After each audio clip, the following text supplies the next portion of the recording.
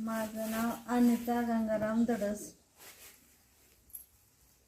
कुठे राहता तुम्ही टाकेवाडी. आणि काय त्रास काय होत होता तुम्हाला? त्रास मला फिट्स येत होते.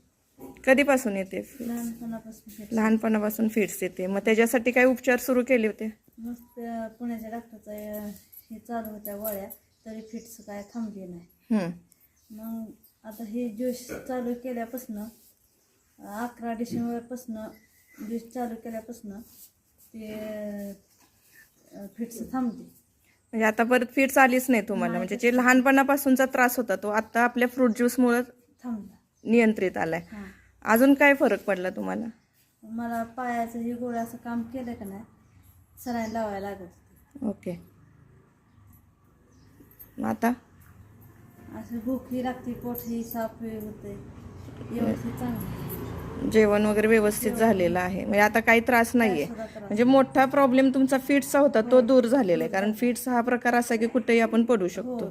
आकडे हे 8 दिवसालाच होत होतं मला. हां, राखण मला स्वयंपाक केल्याशिवाय साहेब जात नसते गटीला. म्हणजे सगळी पूर्ण काळजी घेऊन ते हे करत होते. आणि कवा मी एकटी स्वयंपाक करते. होय.